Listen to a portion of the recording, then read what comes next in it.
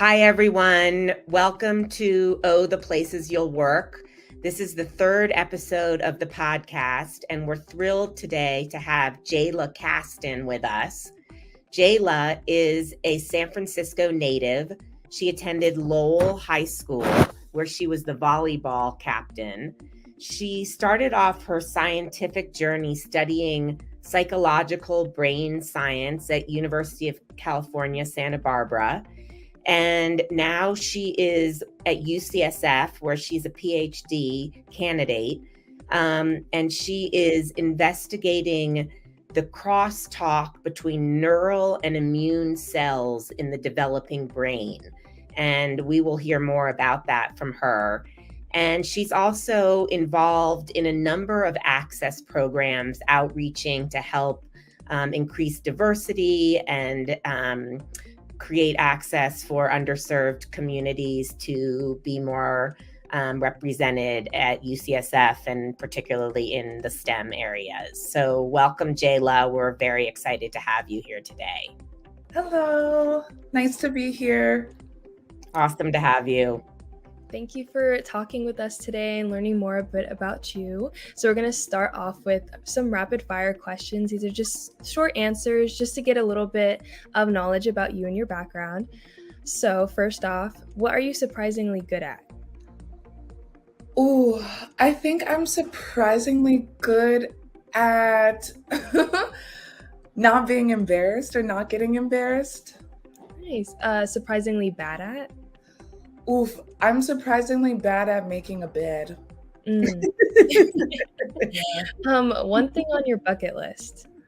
Skydiving over the ocean, yeah. An insecurity? An insecurity, I think definitely, I think being smart in my field or having all the knowledge that others may have that I do not. A bad habit? A bad habit. Ooh, eating too many French fries. And then lastly, if you could have any job on earth, what would it be?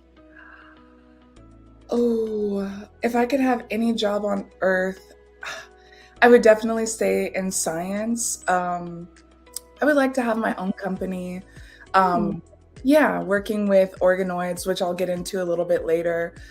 Doing drug testing on that, and then hopefully a farm on the side. I would love to have a nice farm. Well, thank you for answering those rapid fire questions. We're going to go into the nitty gritty and learning a little bit more about you in detail.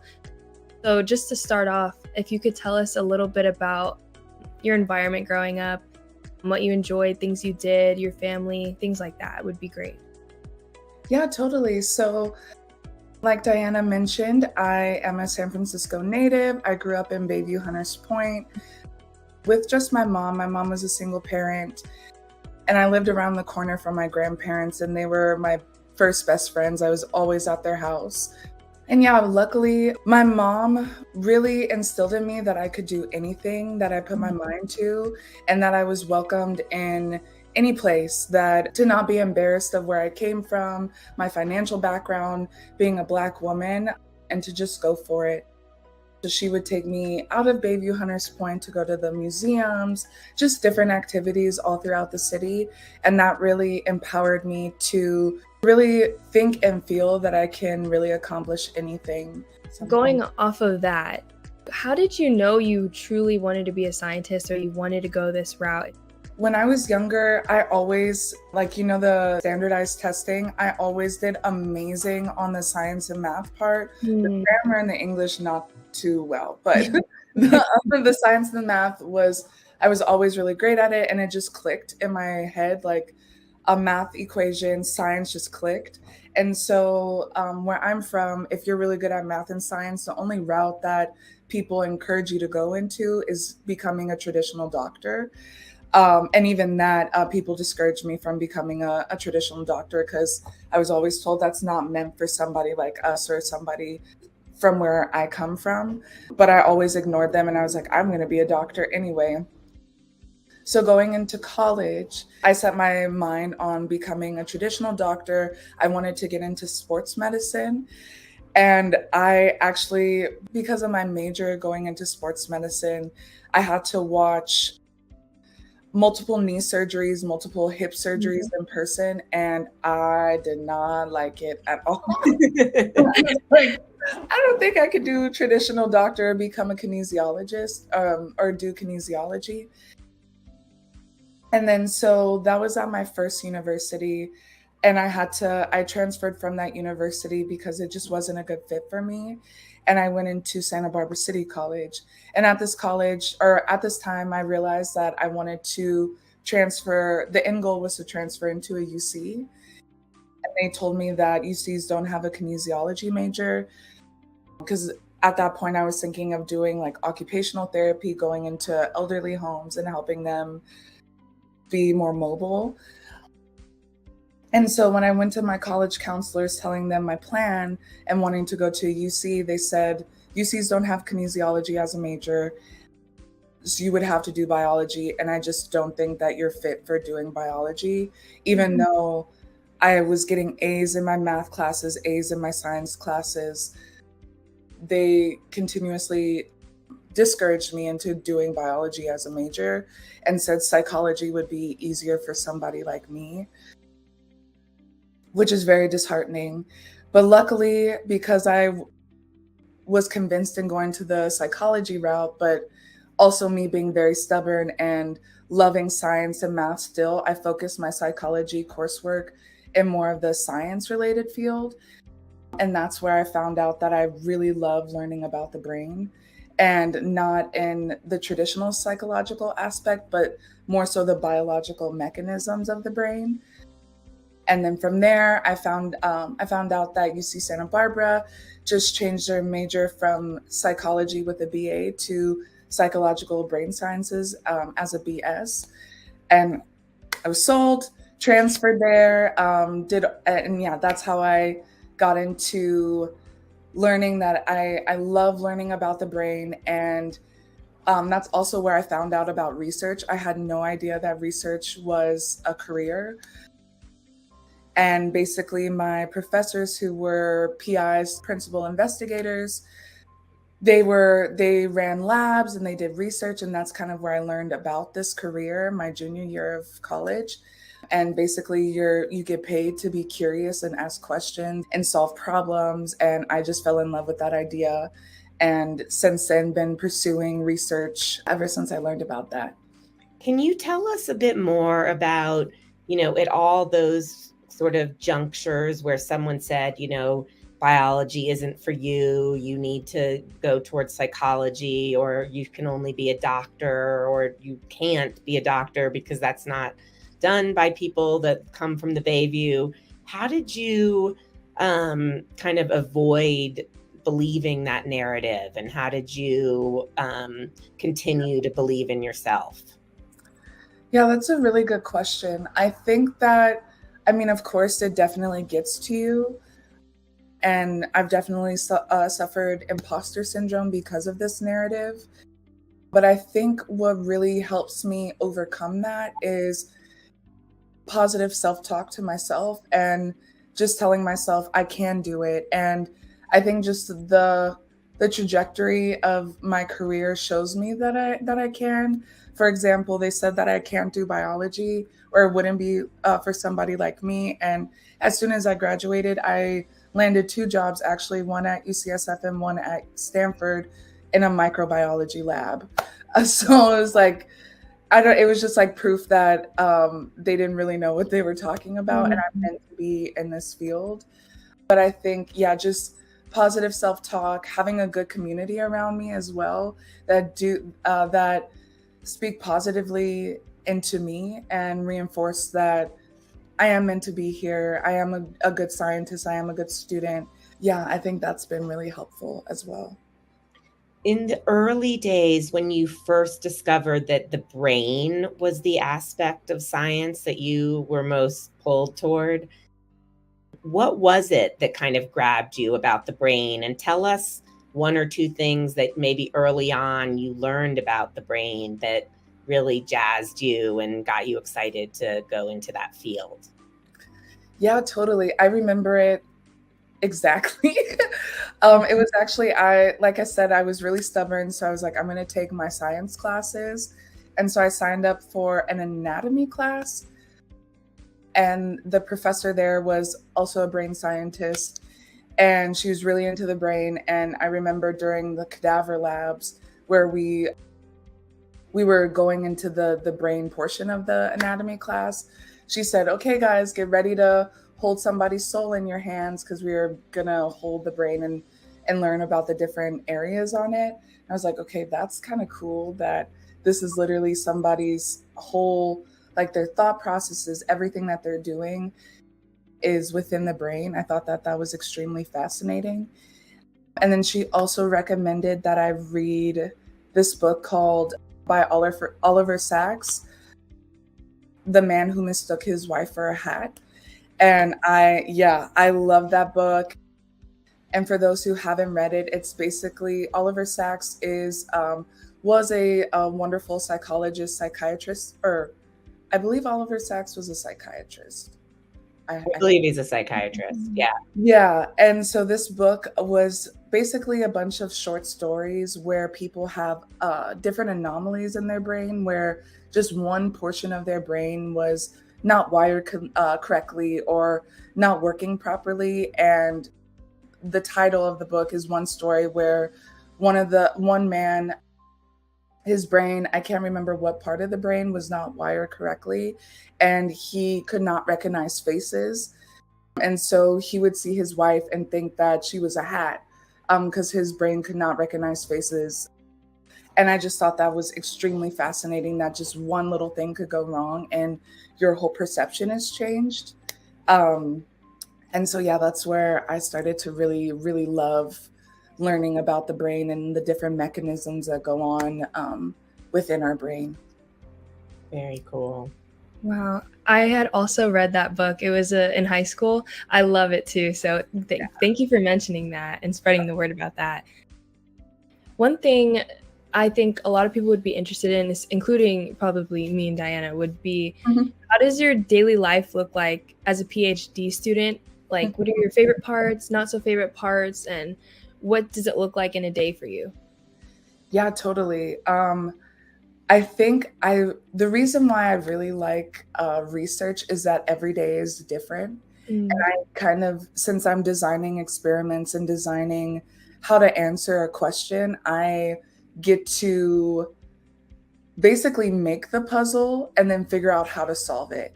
And so my daily life includes a lot of planning, experimental planning, reading on what is the best way to go about solving this problem.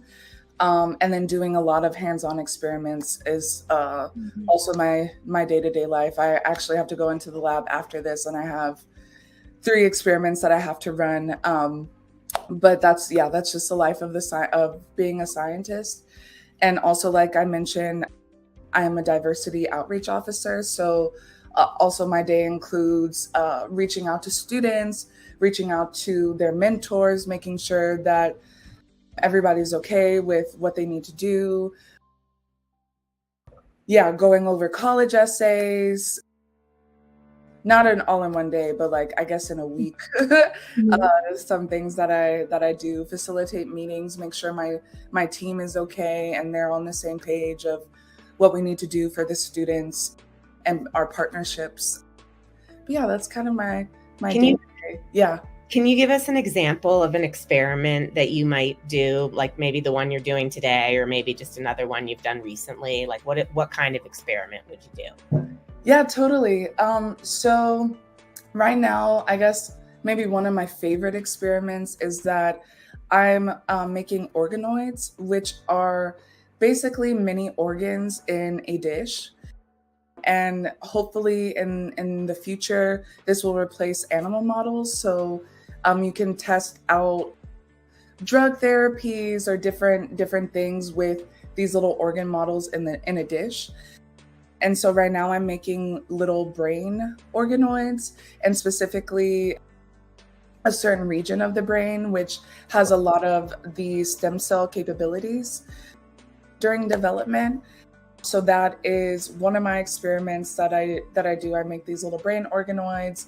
I culture them, so basically let them grow for 2 to 4 weeks, and then I harvest them, slice them open, and stain them with a bunch of fluorescent antibodies that basically mark different cell types within this organoid to see basically what is going on in there. And I get some really beautiful images. That's kind of the main experiment that I've been doing recently, and probably one of my favorites so far in all the experiments that I've done. Nice. Well, following up on that, I know you're talking a lot about like labs and experiments and things like that. How did you know that was something you liked? Or like, did you have any volunteer experience, or where did you get this information to know that that's something that you enjoyed? Yeah, that is a great question. And I think just volunteering and getting into the lab space, because like I mentioned before, I wanted to do kinesiology, and then I saw these surgeries and saw the surgeries, and I was like, I don't like that.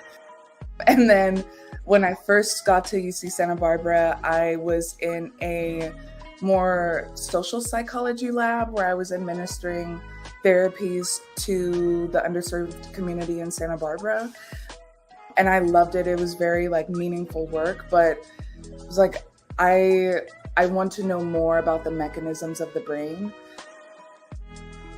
And so I went into another lab that was focusing more on that. And I was like, okay, this is where I belong.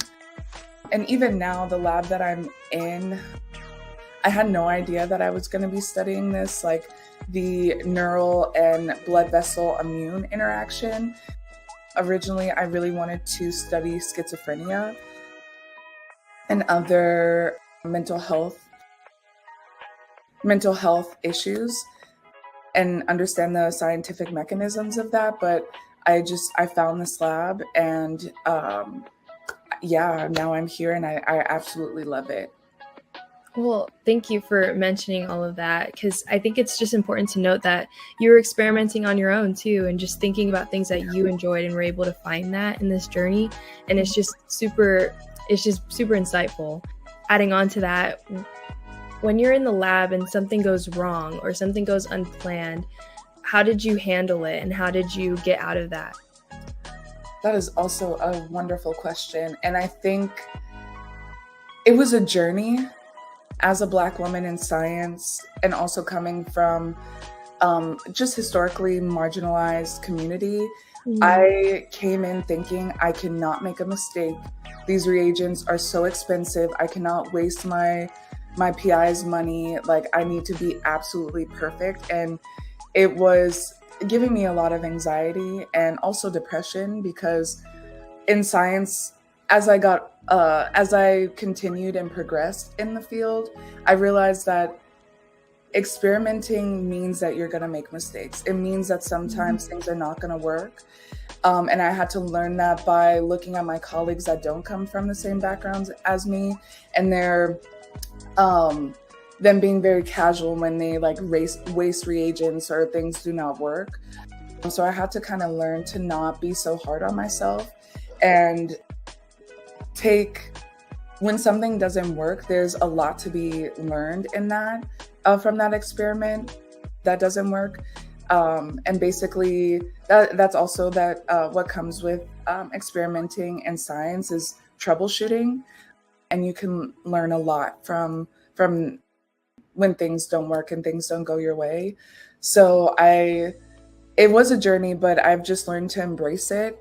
And sometimes when things don't work, I'm like, okay, I got to just put this down, come take a step away, and maybe come back to this in an hour, maybe come back to it tomorrow. But right now it's just, I cannot do it, and that's okay. I need to figure out why. Maybe it's not working, but just take a step back and then I'll come back to it. Yeah. Hopefully that answered your question. Yeah. It definitely did. Thank you. Is your work very team-oriented or more solitary? That's also a good question. I feel like traditionally the PhD route is very solitary. people want to work by themselves. They don't want to have somebody else steal their ideas. But luckily, I'm very fortunate that at UCSF, it is a very collaborative environment, and my lab specifically is very collaborative and team oriented. My boss really, I guess, sets that standard to work together as a team, and everybody in the team has that mentality. So I feel very fortunate that we are all trying to work together and push science forward and not tearing each other down, because it can be like that, unfortunately. But luckily, I'm not in that environment, and I wanted to make sure that I wasn't in that environment, because for me, that is not conducive to my growth. So yeah, fortunately, I'm not. And our final question, which we ask everyone who comes on the show, is if you could have a superpower that would help you in your career, what would you wish to give you? It's so funny. I was just talking to my coworkers about that. I would love to have 8 arms. I don't know if that's a superpower, but I would love to just have a bunch of arms to just do everything, or clone myself. So twice as many experiments. Yeah, twice as many experiments. I can go talk to my students over here, do an experiment over here, run and get pizza for my students, all at the same time. That would be great. We'll wish for you to have that happen. Maybe the cloning can be the next frontier. Thank you so much. This has been a great conversation. I've learned so much. I'm personally super interested in the brain and in how little we know at this point. Still like a huge kind of expanse to be discovered. Yeah. Could I offer like one piece of advice for the high school students and also undergrads? That'd be awesome. I tell this to all of my mentees, is especially coming from an underserved background, when maybe your parents or somebody in your family has not gone on the same trajectory as you, to start collecting mentors. I say to collect mentors like Pokemon, because I think, at least for me, I used to look at mentors like they know everything, but at the end of the day, they're human beings. And one mentor might be really good at writing and can offer you advice for writing. One mentor might be in the career field that you want to be in, and you can get a lot of advice for that. Maybe another mentor has just, I don't know, different knowledge to collect. So that's my one piece of advice. Start collecting mentors like Pokemon, and have them help you figure out the best journey for you. And with that being said, feel free to reach out to me if you're interested in going in this trajectory, because I've made a lot of mistakes and would love to pass on the knowledge of what worked, what didn't work, so those coming behind me don't have to go through all of the things that I went through. I think that's really important in mentorship. Well, thank you for just sharing your story. You've definitely inspired so many people, including us today, just talking about your story. So thank you for taking the time to meet with us. Thank you, guys.